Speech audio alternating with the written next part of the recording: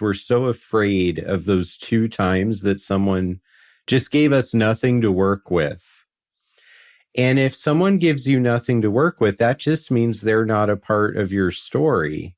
Like in a video game setting, you can walk up to the NPCs, everyone with their little question mark. You can hear their dialogue. You can find out, oh, this one has a quest for me, and this one just wants to talk about how lazy their dog is, right? And so some NPCs move your story forward, and some NPCs join the party and become part of the group. And if you don't talk to them, you don't find out. Are you a single, shy nerd struggling to find a player too? If you're still trying to figure out the skills you need, here's a tutorial to get to the next level. Learn from experts and fellow nerds who found their partners, the mistakes they made, and how they still ended up together, with no cheat codes. I'm Alex Goldstein, and this is the Roll Today podcast. Hey everyone, today I bring you a special guest, Dr. Daniel Kaufmann. He recently published a book about gamer's journey. So Dr. Daniel Kaufmann is a YouTube partner at Dr. Gameology, where he teaches about the many positive elements of video games that help us overcome professional and personal journeys in real life. He's an associate professor who's helped develop programs for gaming and geek therapy training in clinical settings, and his publications cover video games, personality theory, online education, and counselor development.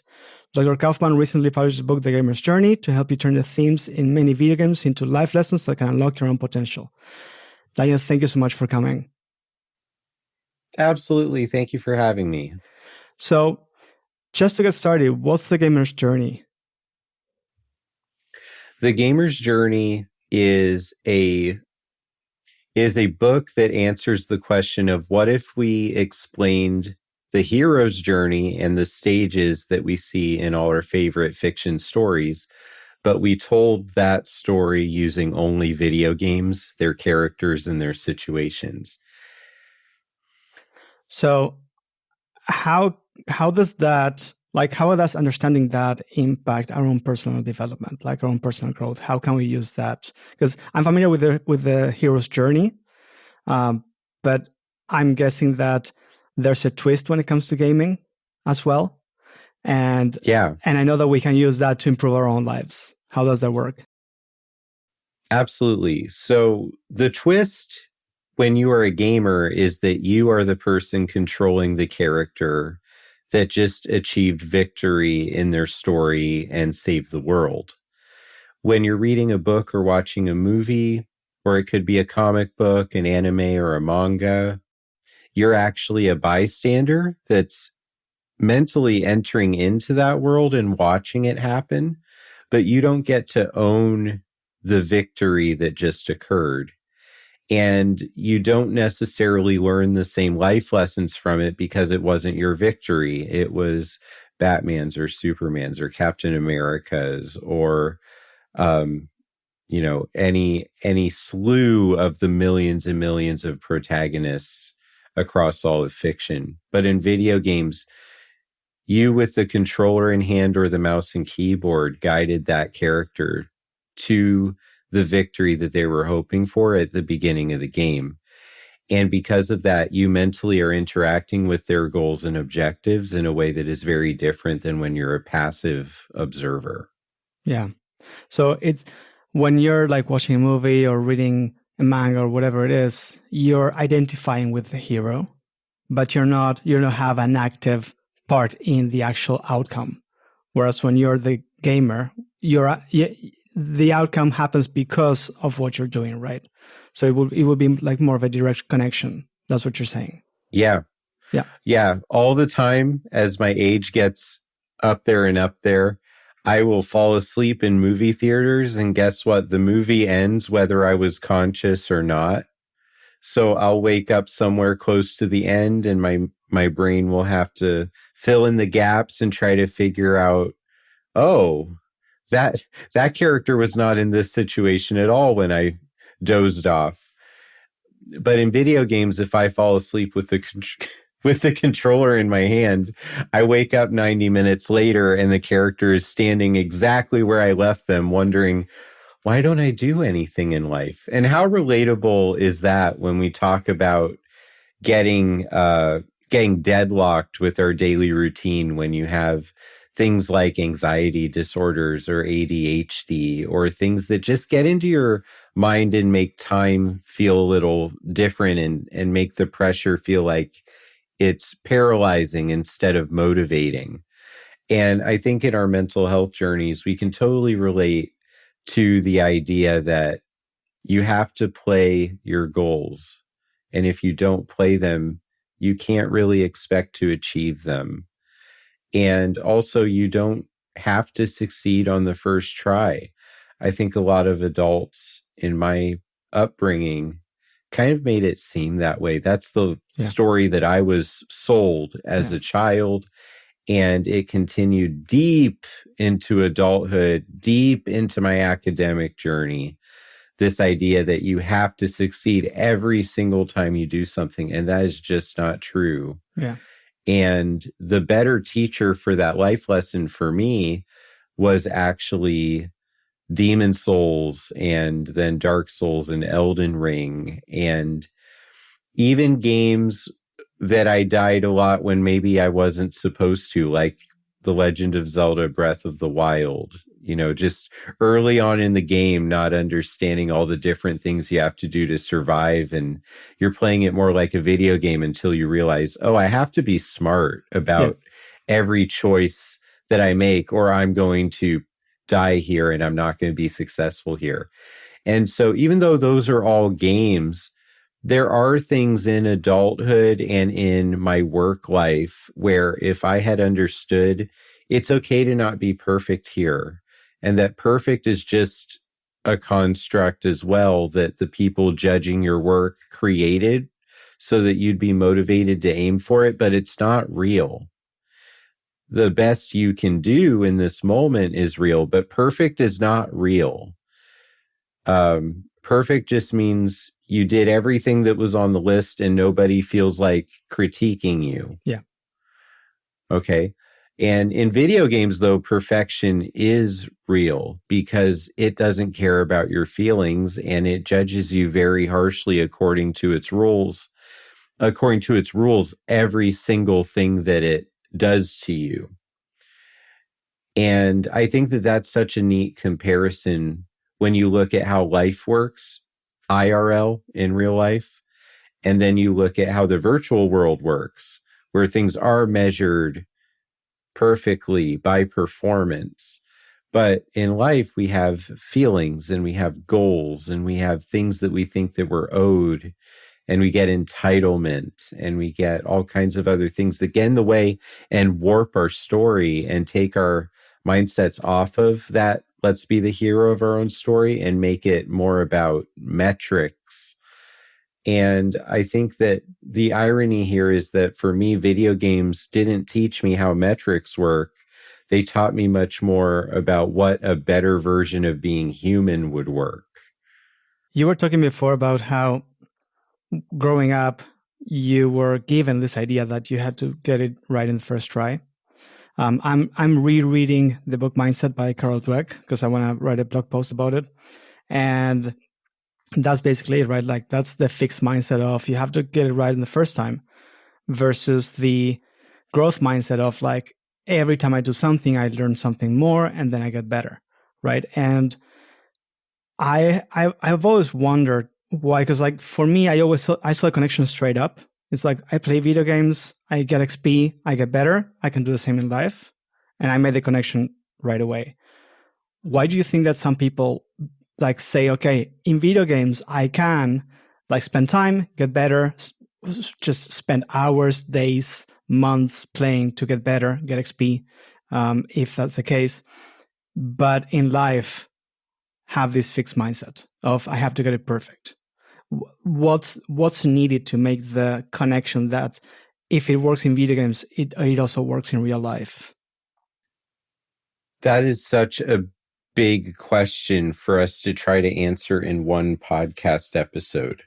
I think that when you have things that come down to tests and grades and benchmarks, the pressure to do it perfectly and succeed on the first try creates a ripple effect that affects how a lot of different individuals in that situation are going to spend their time. So the person doing the test or being judged or evaluated has to perform and demonstrate their talent. And then the person evaluating them has to submit a score and provide feedback and back up the score that they gave with an explanation and say, this was very good or this was not very good, and here is why. So right there, you have two people whose time is being invested in this evaluation.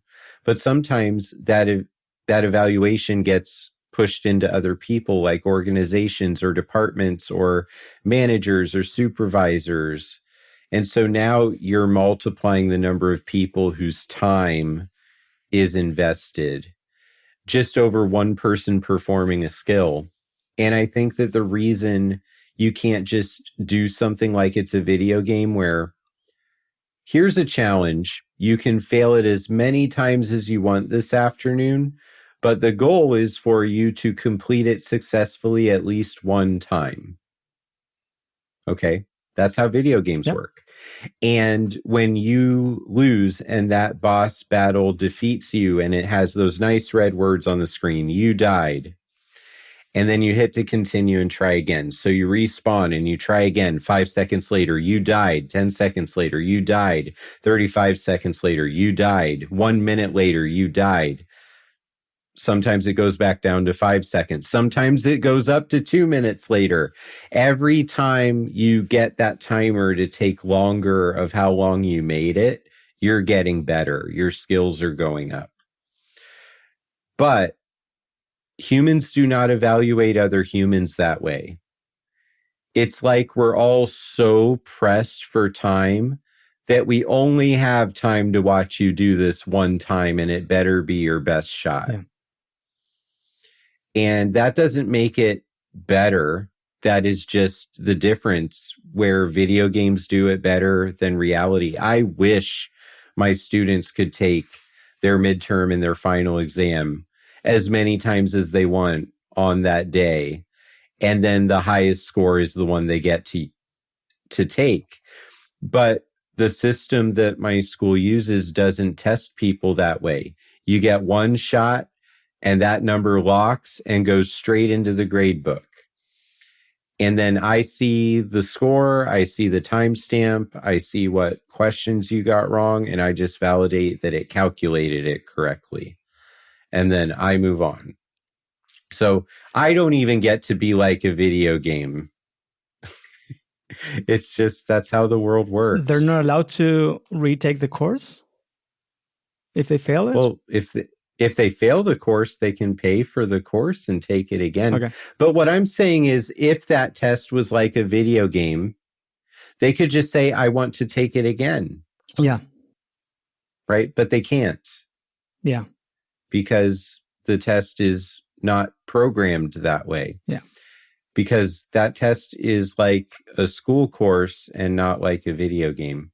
So the valuable things from video games, like the idea of growth mindset, which my book talks about and has a couple really good graphics to also go along with the description in the words. Video games are all about growth mindset. You gain EXP from everything you do that's a small success to a large success. And when you fill certain thresholds of EXP, you level up.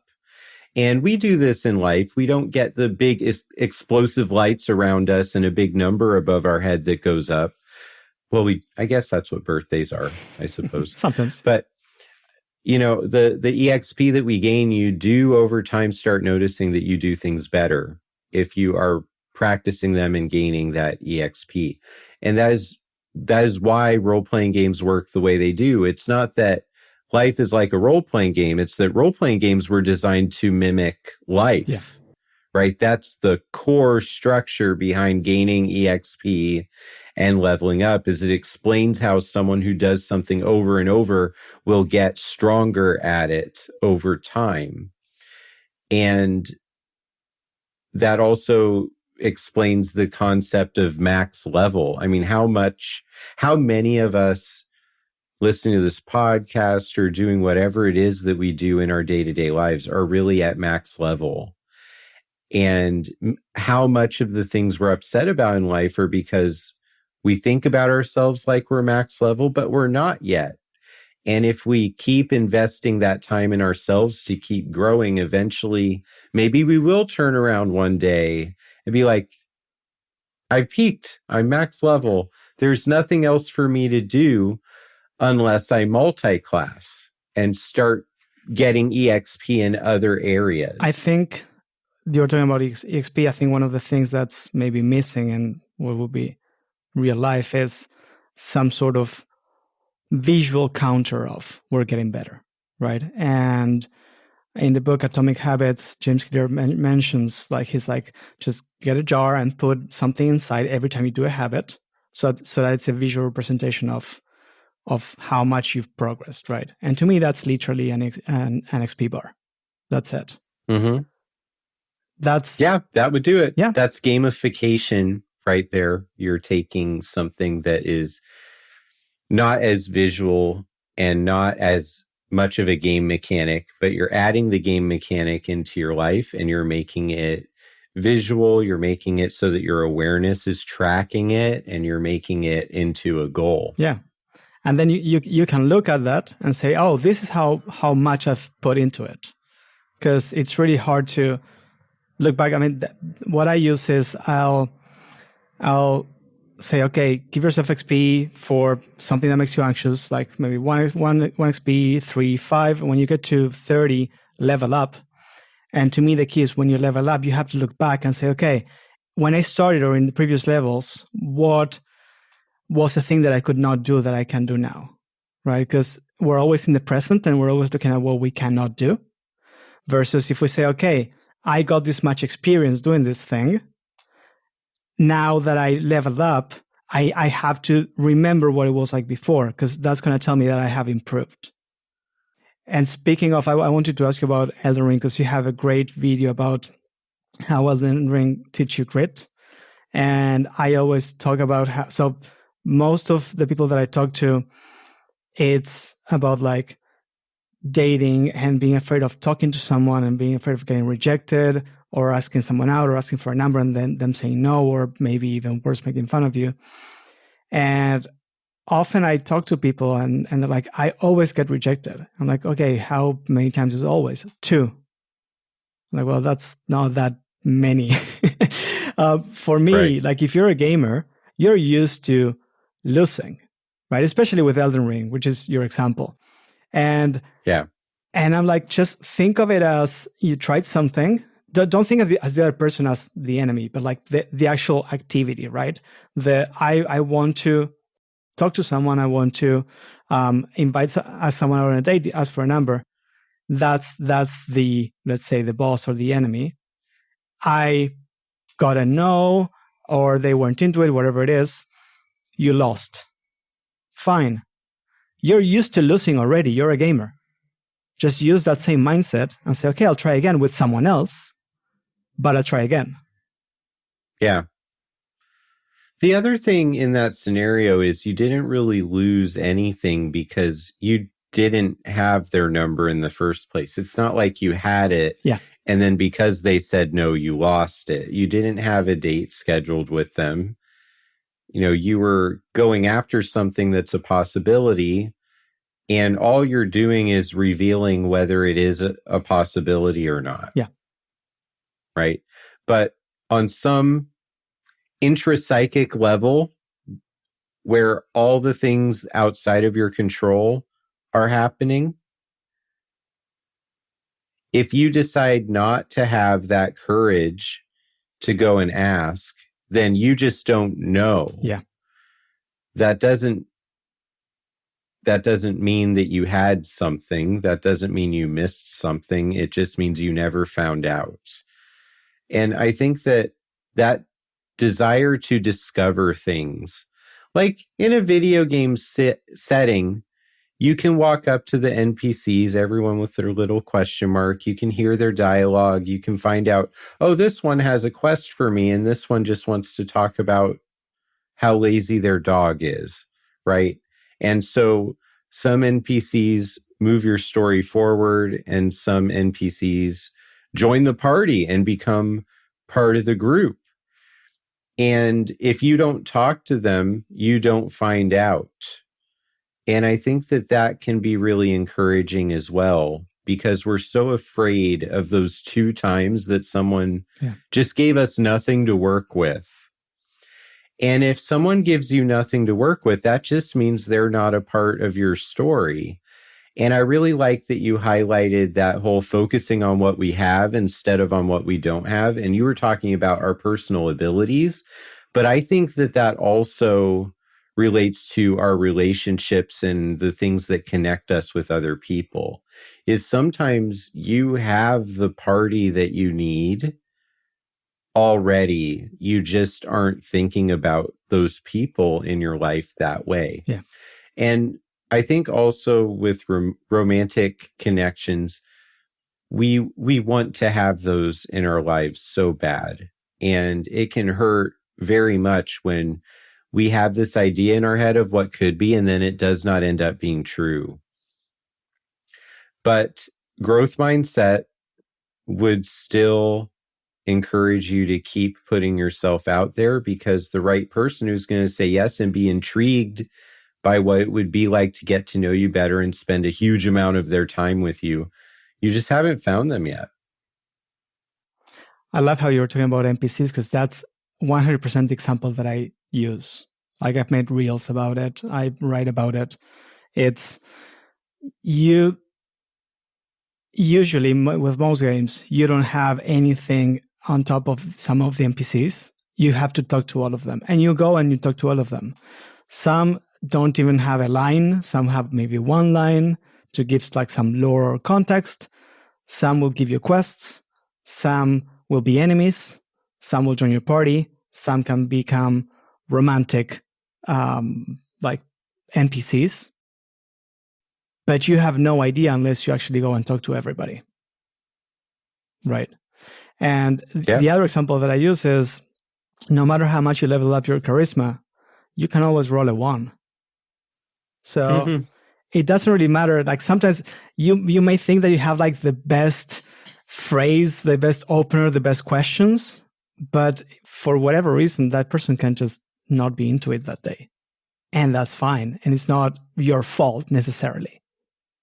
Like, this way of looking at things, at least for me, like, it's helped me personally, right? It takes a lot of the pressure off because most of the time you're like, I want that number. I want to go out with that person. I want them to become my partner, whatever it is. And you start, like, you mentioned it, like, you start making yourself like this image in your head of what they're like, what your life would be like with them. But if you just think of it as, I'm just going to talk to everybody, see what type of NPC they are, then you can start doing it more often and eventually just meet someone, right? That's literally the growth mindset. Yeah, you almost have to go after it, even though you know that this is the end of me imagining all of that. Yeah. You know, that I either find out that some of it can become true, or I find out that none of it's going to become true. But you're putting the end to that fantasy of imagining it, and you're actually forcing yourself to discover, can this be real? And that's empowering. It's also terrifying, but you have to do it. Otherwise, you're just living with a lot of things that are fantasy and fiction. Even more than video games. Video games are just metaphors for how we get ourselves to face these things. They're also training simulations. You know, for one of the things that I think is really fun as a mental health professional is any video game that has dialogue trees. And then you see how the characters react to the things that you choose to say to them, because that's what my job is at the end of the day. And so games like Persona, or games like Star Wars Knights of the Old Republic, or Baldur's Gate, I think that those are really fun conversation simulations, but they can also teach teenagers how to notice the difference between, you could say all these things in this list to your parent when they're getting on your case about doing something, but which one's going to be the best for the situation? Yeah. And so it helps them to upgrade their persuasion or charisma stats, when actually without video games, their charisma or persuasion would just stay exactly where it is, and they wouldn't understand how to tell the difference between these different dialogue options and being able to predict how you're going to sound to different people you're talking with, and how you can learn how to approach people just by playing a video game and taking the time to realize, oh, this is actually how conversations work. Yeah. Yeah, I talk to a lot of people who say that one of their biggest issues is conversation skills, like either how to start conversations or how to keep them going. And I often find that they tend to ask closed-ended questions, right? Like things that have just one answer. And also they might, like someone might say like, oh, what are some of your hobbies? And they'll start like just like talking endlessly about a video game or whatever it is without checking in whether the person is interested or not. And one of the analogies that I use, like you were saying with RPGs, with dialogues, is most people, if you ask an open-ended question, will give you a few different options to go off of, right? It's that like conversation tree or dialogue tree that you were talking about. And you can pick any of those and explore them. And if you get bored of one or you want to switch things, you can go back to the other one that you remembered. And so like, okay, this person talked about whatever it is, I don't know, tennis, anime, running, and manga. It's like, okay, I'm going to ask about manga and start talking about that. Like I met someone, I think last weekend, and I mentioned that I was doing this content and this podcast and stuff. He's like, oh, what do you watch, anime, whatever? And he reads a lot of manga, and we just started talking about that, right? But I just mentioned it, and he chose to go on that topic. And so I think like RPGs really, if you pay attention, you can say, okay, the options that I'm getting are because of these things that the NPC mentioned. And you can use that exact same idea for real life. Yeah. That's true. I mean, another thing that video games teach you that kind of rebounds off of that idea is that your choices matter. Yeah. And in video games, sometimes your choices don't actually matter, but it creates the illusion that your choices matter. But that's kind of the same for life too. Sometimes your choice didn't actually matter, but I think ultimately we want to believe that our choices matter. Yeah. Right. And it is, regardless of how much they matter in the grand scheme of things, the best option is for you often to do your best in every situation where you can. Okay. And that takes a lot of energy and it takes a lot of determination to keep showing up like that. But if you keep showing up like this is a game that you want to play, even when you don't want to play it right now, but if you keep showing up in life like this is a game you want to play, eventually you will show up better than the people who are not connecting with their life that way. And that will put you in amazing situations. And if it hasn't happened yet, you just have to keep going. You know, there are so many, it's hard to explain this because I know if I was an 18-year-old listening to myself, if I was an 18-year-old, I would not believe what this old guy is talking about. You know, same goes for if I was 24 or 30. But the things I'm doing right now are the kinds of things that I always hoped I would be doing. And those things did not become options for the first 17 or 18 years of this academic journey. That's a long time to dedicate yourself just to leveling up with an idea of what you would like to be doing. And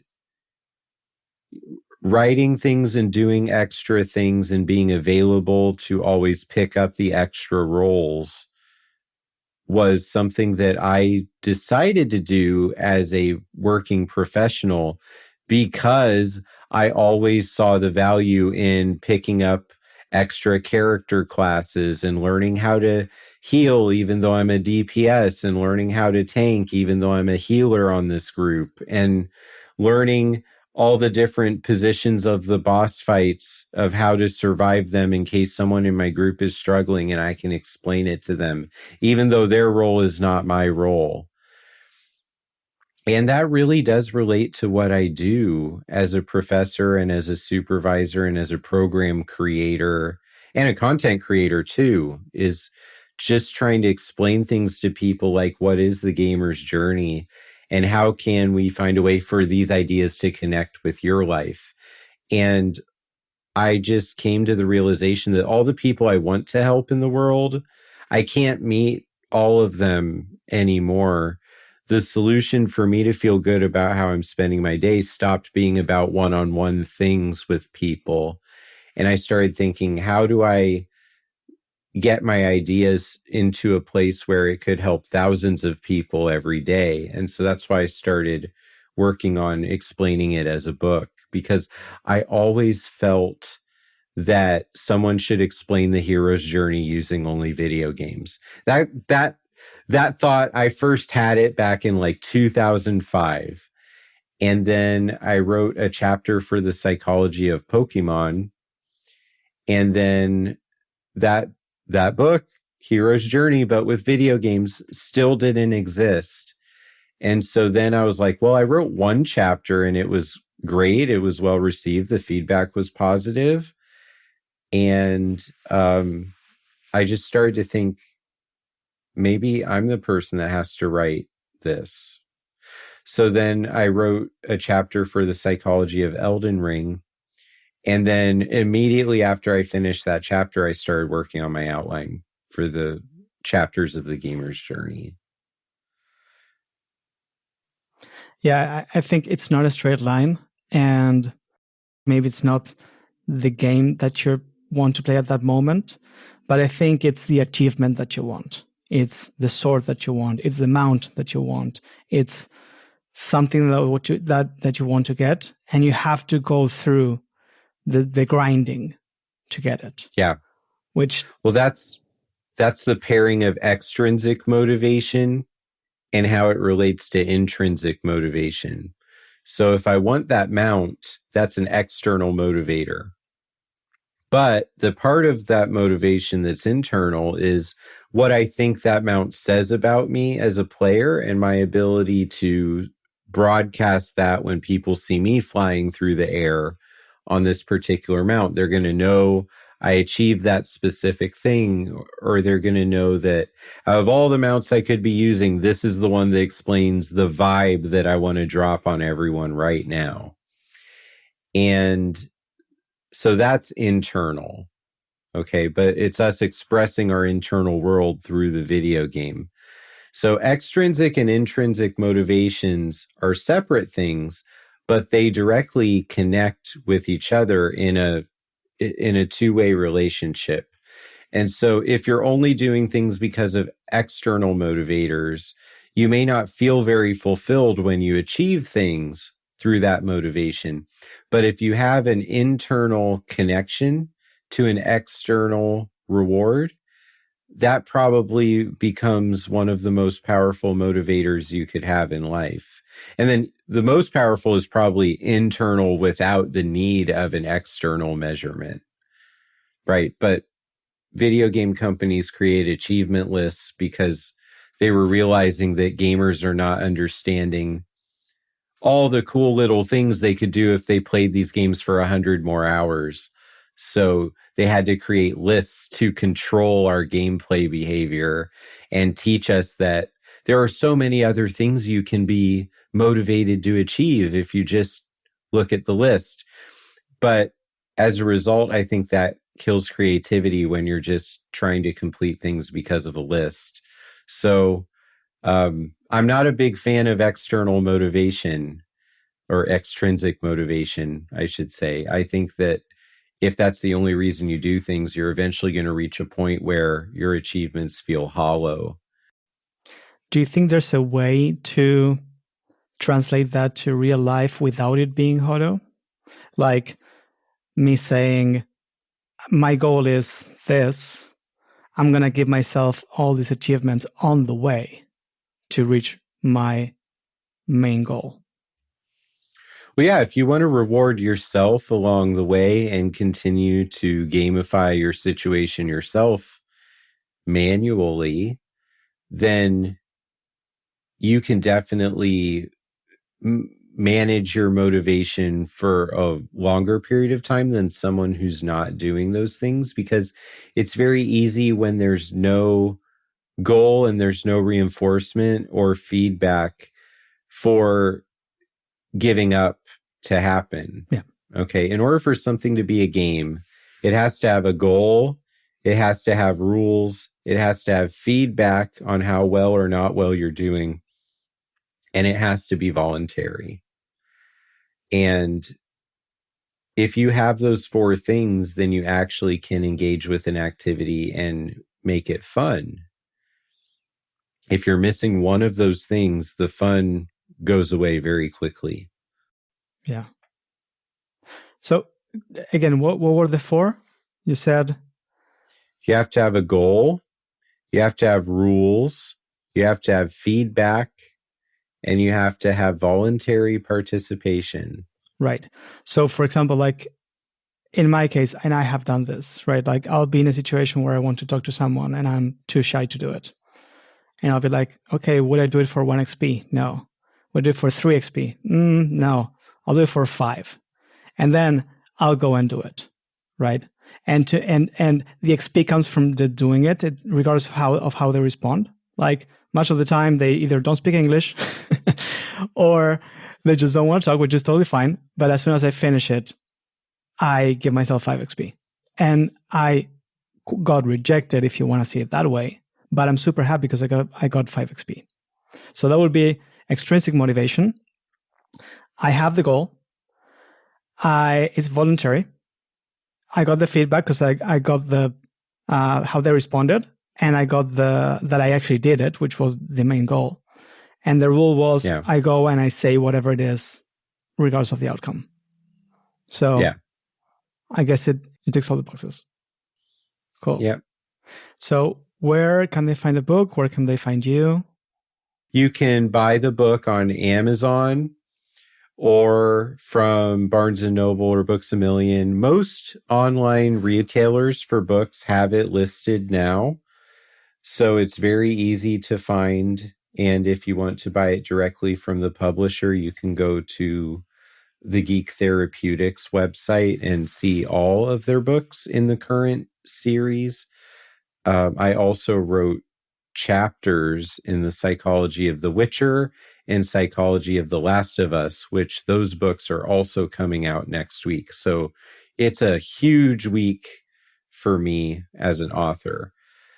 But The Gamer's Journey is 100% me. Every chapter was written by me. So that's a whole different thing that I'm very much looking forward to.